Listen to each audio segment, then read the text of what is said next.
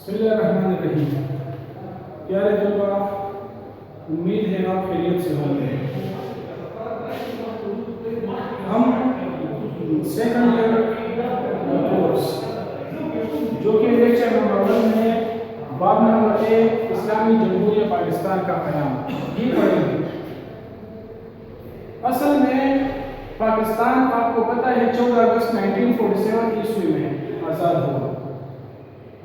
یہ 14 اگست 1947 کا جو دن تھا یہ 27 رمضان المبارک کا دن تھا، تو اس لیے بھی پاکستان کا قیام جو ہے وہ ایک خاص اہمیت کا حامل ہے، آزاد ہوا۔ اچھا، ہم کہتے ہیں کہ پاکستان ایک نظریاتی ملک ہے۔ اس کی وجہ یہ ہے کہ پاکستان ایک خاص نظریہ کی مطابق آزاد کرایا گیا ہے۔ جس نظریے کے مطابق پاکستان آزاد کرایا گیا ہے اس نظریے کو کہا جاتا ہے نظریہ پاکستان، یعنی نظریہ پاکستان کی بنیاد پر پاکستان کا قائم کیا گیا ہے۔ اب نظریہ پاکستان کیا چیز ہے اس کو سمجھیں گے، لیکن اس کے سمجھنے سے پہلے ہمیں چاہیے کہ ہم نظریہ پڑھیں، نظریہ سمجھیں کہ نظریہ کیا چیز ہے۔ آپ لوگوں نے روزمرہ کی زندگی میں نظریہ کے بارے میں سنا ہوگا کہ نظریہ میرا یہ نظریہ ہے، فلاں کا یہ نظریہ ہے۔ تو نظریہ انفرادی بھی ہو سکتا ہے اور یہ نظریہ اجتماعی بھی ہو سکتا ہے۔ یعنی انفرادی نظریہ کسی فرد کا خاص مقصد اور اس مقصد کے پیچھے ان کی سوچ کو ان کا نظریہ کہلایا جاتا ہے۔ تو نظریے کا مطلب ہے ایک خاص مقصد کے پیچھے ایک خاص سوچ، اس خاص سوچ کو نظریہ کہا جاتا ہے۔ تو یہ تو ایک فرد کا نظریہ ہوگا، ساتھ میں ایک قوم کا بھی نظریہ ہو سکتا ہے، تو وہ اجتماعی نظریہ کہا جاتا ہے۔ اجتماعی نظریہ کسی قوم کا خاص مقصد، اجتماعی مقصد، یعنی وہ مقصد اس پورے قوم کا مقصد ہو، تو اس کے پیچھے ان کا اجتماعی سوچ ہوتا ہے۔ اس قوم کی اس اجتماعی سوچ کو اس قوم کا نظریہ کہلایا جاتا ہے۔ اچھا، تو نظریہ انفرادی کو ہو سکتا ہے اور اجتماعی بھی۔ تو اجتماعی نظریہ کا مطلب ہے ایک پوری قوم کا ایک خاص مقصد، اس خاص مقصد کے پیچھے اس قوم کی خاص سوچ کو اس قوم کا نظریہ کہلایا جاتا ہے۔ اچھا، اب آتے ہیں نظریہ پاکستان پر کہ نظریہ پاکستان کون سا نظریہ ہے۔ تو نظریہ پاکستان برصغیر کے مسلمانوں کا اجتماعی مقصد ہے۔ اجتماعی مقصد برصغیر کے مسلمانوں کا کیا تھا؟ وہ یہ تھا برصغیر میں الگ آزاد ملک حاصل کرنا۔ برصغیر میں الگ آزاد ملک حاصل کرنا یہ برصغیر کے مسلمانوں کا اجتماعی مقصد تھا، سب کا یہ مقصد تھا۔ اچھا، اس الگ ملک میں وہ اپنی مرضی سے اپنی زندگی گزارنے چاہتے تھے، یعنی اس کے پیچھے، اس مقصد کے پیچھے ان کا سوچ یہ تھا کہ وہ اس الگ ملک میں اپنی زندگی اپنی مرضی کے مطابق گزارے۔ ان کی اس سوچ کو وہ نظریہ پاکستان کا نام دیا گیا۔ اچھا، اپنی مرضی سے اپنی زندگی گزارنے کا مطلب یہ ہے کہ وہ اپنی زندگی اسلام کے اصولوں کے مطابق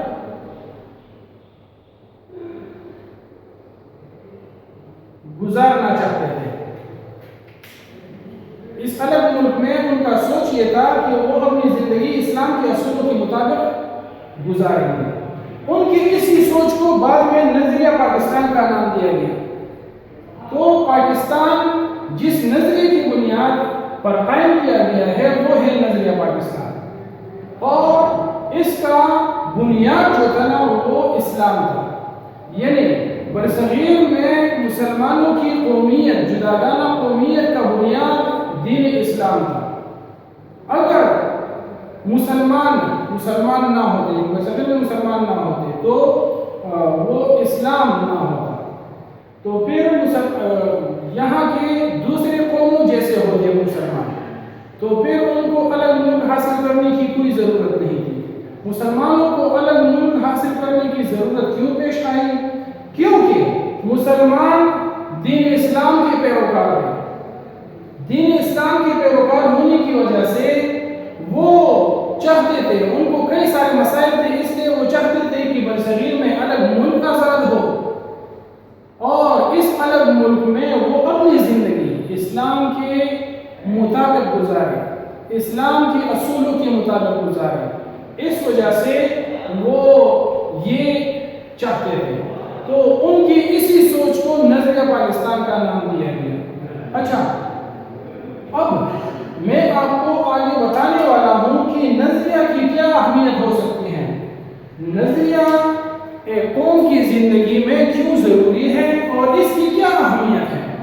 تو نظریہ ایک انتہائی ضروری چیز ہے اور اس کی بہت زیادہ اہمیت ہے۔ اس نظریہ کی اہمیت کا اندازہ ہم ان باتوں سے لگا سکتے ہیں۔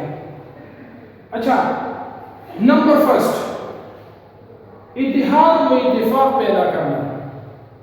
نظریہ جو ہے اس کی اہمیت اس لیے زیادہ ہے کیونکہ اس نظریے کی وجہ سے ان لوگوں میں اتحاد و اتفاق قائم ہوتا ہے۔ میں نے آپ کو اس سے پہلے بتایا کہ نظریہ ایک مشترکہ مقصد ہوتا ہے اور ایک اس کے پیچھے مشترکہ سوچ ہوتا ہے۔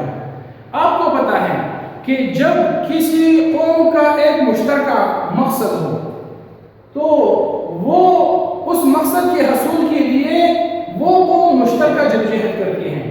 اس مشترکہ جدوجہد میں اس قوم کے لوگوں کو ایک دوسرے سے مل جل اور ایک دوسرے کا ساتھ دینا ضروری ہوتا ہے، اور یہ وہ اس لیے کرتے ہیں کیونکہ اس مقصد کے پیچھے ان کا سوچ بھی ایک جیسا ہے۔ تو ایک تو اس قوم میں اختلافات پیدا نہیں ہوتے، اور اختلافات پیدا بھی ہو جائے تو وہ قوم ان اختلافات کو سائڈ پر رکھتے ہیں اور سب سے پہلے اپنے مقصد کے حصول کے لیے کوشش کرتے ہیں۔ جب وہ مل کے کوشش کرتے ہیں تو آٹومیٹکلی اتحاد و اتفاق پیدا ہو جاتا ہے۔ تو نظریہ اس لیے بھی اہم ہوتا ہے کہ یہ قوم میں اتحاد و اتفاق پیدا کرتا ہے، اور آپ جانتے ہیں کہ جب بھی کسی قوم میں اتحاد و اتفاق پیدا ہو تو ترقی پھر اسی قوم کا مقدر بن جاتی ہے، یعنی وہ قوم ترقی کرتی ہے، اپنے اس مقصد کے حصول میں کامیاب ہوتے ہیں۔ تو نظریہ جو ہے وہ اس لیے بھی اہم ہے۔ نمبر 2، نظریہ آئین و دیگر قوانین بنانے میں معاون ثابت ہوتی ہے۔ تو ہم کہتے ہیں کہ ایک جمہوری ملک کے لیے آئین بنانا ضروری ہوتا ہے اور دیگر قوانین بھی بنانے ضروری ہوتے ہیں۔ آئین اگر آپ نہیں جانتے تو آئین کا مطلب ہے وہ قواعد و ضوابط، وہ اصول جس کے مطابق کاروباری حکومت یا حکومتی مشینری چلائی جاتی ہے، انہی اصولوں کے مجموعے کو آئین کہا جاتا ہے، اور قوانین کو شاید آپ سمجھتے ہیں۔ تو ہر ایک جمہوری ملک کو آئین کی ضرورت پڑتی ہے اور دیگر قوانین کی بھی ضرورت پڑتی ہے۔ تو یہ نظریہ جو ہے وہ آئین اور قوانین بنانے میں معاون ثابت ہوتے ہیں، کیونکہ نظریہ کی شکل میں پہلے سے رہنما اصول موجود ہوتے ہیں اور انہی اصولوں کے مطابق پھر آئین اور دیگر قوانین بنائے جاتے ہیں۔ اس طرح ایک نظریاتی قوم کو آئین اور دیگر قوانین بنانے میں آسانی ہوتی ہے، کوئی مشکلات نہیں ہوتے۔ تو نظریہ کی اہمیت ایک اس بات کی وجہ سے بھی ہے۔ نمبر 3، قوم کی شناخت۔ یہ نظریہ جو ہے یہ ایک قوم کی شناخت بھی بن جاتی ہے، یعنی پوری دنیا میں دیگر اقوام عالم کے مابین یہ قوم پھر اسی نظریہ کے مطابق کے نام پر یاد کیے جاتے ہیں، پہچانے جاتے ہیں، اور ان کی شناخت پھر اسی نظریے کے مطابق ہوتی ہے۔ اگر پتہ نہیں ہے شاید، پوری دنیا میں 2 نظریاتی ملک ہیں، 2 نظریاتی ملک، ایک پاکستان ہے، دوسرا اسرائیل ہے۔ پاکستان اسلام اور مسلمانوں کے لیے قائم کیا گیا ہے، اور اسرائیل جو ہے وہ یہودیوں کے لیے ہے۔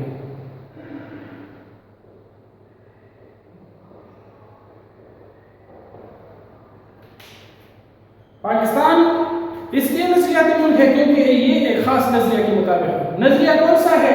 وہ ہے اسلامی نظریہ، پاکستان مسلمانوں کے لیے آزاد کیا گیا ہے۔ دوسرا ہے اسرائیل، وہ یہودیت کے لیے، یہودیوں کے لیے قائم کیا گیا ہے۔ یہی 2 پوری دنیا میں نظریاتی ممالک ہیں۔ تو میں نے جس طرح آپ کو کہا، یہ نظریہ آپ کا پھر شناخت بن جاتا ہے۔ تو ہمارا یہ شناخت ہے کہ پاکستان اسلام کے نام پر آزاد کیا گیا ہے، اسلام اور مسلمانوں کی، تو اس طرح یہ نظریہ اگر ہمارا نظریہ نہ ہوتا تو پھر ہم ایک دیگر ممالک کی طرح ہوتے، ہماری یہ پھر شناخت نہ ہوتی۔ تو اس طرح یہ قومی شناخت بن جاتا ہے، نظریے کی اہمیت ہے، یہ نظریہ ہی ہے جس کی وجہ سے پھر آپ پوری دنیا میں اس نظریے کے مطابق پہچانے جاتے ہیں۔ نمبر 4، علم و عمل کی تاکید۔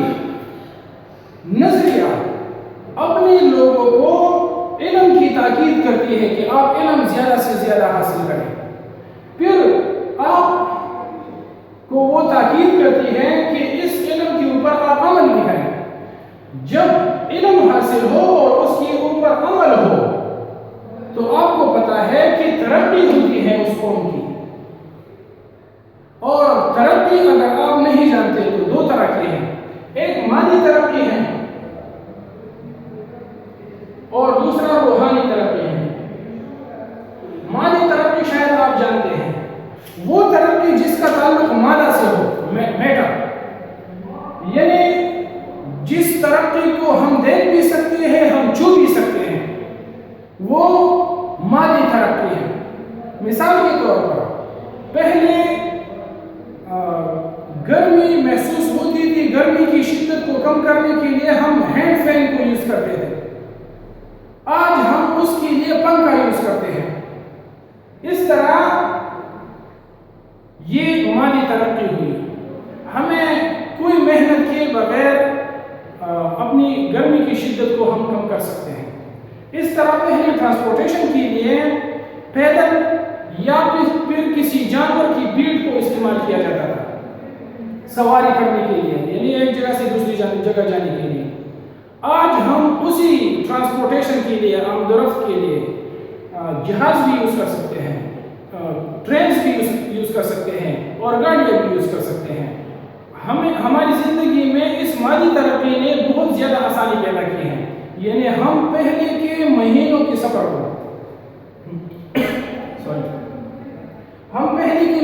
سفر کو آج دنوں میں یا گھنٹوں میں طے کر سکتے ہیں۔ تو یہ کس وجہ سے؟ یہ مادی ترقی کی وجہ سے۔ مادی ترقی کیوں آتی ہے؟ کیونکہ علم حاصل ہوا ہے، اور یہ علم اور عمل کی تاکید کون کرتا ہے؟ نظریہ کرتا ہے۔ اچھا، دوسری قسم کی ترقی ہے روحانی ترقی۔ یہ ترقی شاید آپ نے نہ سنا ہو۔ روحانی ترقی وہ ترقی جس کا تعلق روح سے ہوتا ہے، یعنی وہ بہتری آنا جس کا تعلق روح سے ہوتا ہے، یعنی اس قسم کی ترقی کو، اس قسم کی چیزوں کو ہم نہ تو دیکھ سکتے ہیں نہ اس کو چھو سکتے ہیں، صرف اور صرف محسوس کر سکتے ہیں۔ جیسا کہ مذہبی ترقی، یعنی مذہب نہ ہم نے دیکھا ہے نہ ہی محسوس کیا ہے، نہ ہی دیکھا ہے اور نہ ہی چھو سکتے ہیں، اس کو ہم صرف محسوس کر سکتے ہیں۔ تو روحانی ترقی جو ہے اس کا تعلق دل اور روحانی ترقی کا تعلق دل سے ہوتا ہے، اور دماغ سے ہوتا ہے، یعنی ذہن سے ہوتا ہے، اس کو ہم صرف محسوس کر سکتے ہیں۔ تو مذہبی ترقی جیسا کہ اخلاقیات کو نہ کسی نے دیکھا ہے، نہ کسی نے اس کو چھوا ہے، اس کو ہم صرف محسوس کر سکتے ہیں۔ تو جو لوگ علم حاصل کرتے ہیں، نہ صرف وہ لوگ انہوں نے مادی ترقی کی ہوئی ہوتی ہے، بلکہ روحانی ترقی بھی ان کی ہو جاتی ہے۔ ان کے مذاہب کے جو طریقے ہیں، دین کے جو طریقے ہیں، اس میں بہتری آتی ہے، ان کی جو اخلاقیات ہے اس میں بہتری آتی ہے، ان کی جو سیاسیات ہیں یا دیگر ایسی جو چیزیں ہیں وہ ان میں بہتری آ جاتی ہے۔ تو یہ علم اور عمل کی تاکید کی وجہ سے ہے، اور علم و عمل کی تاکید کون کرتا ہے؟ وہ کرتا ہے نظریہ۔ تو نظریہ ایک اس وجہ سے بھی اہم ہوتا ہے۔ اچھا، نظریے کی اہمیت میں نمبر 5،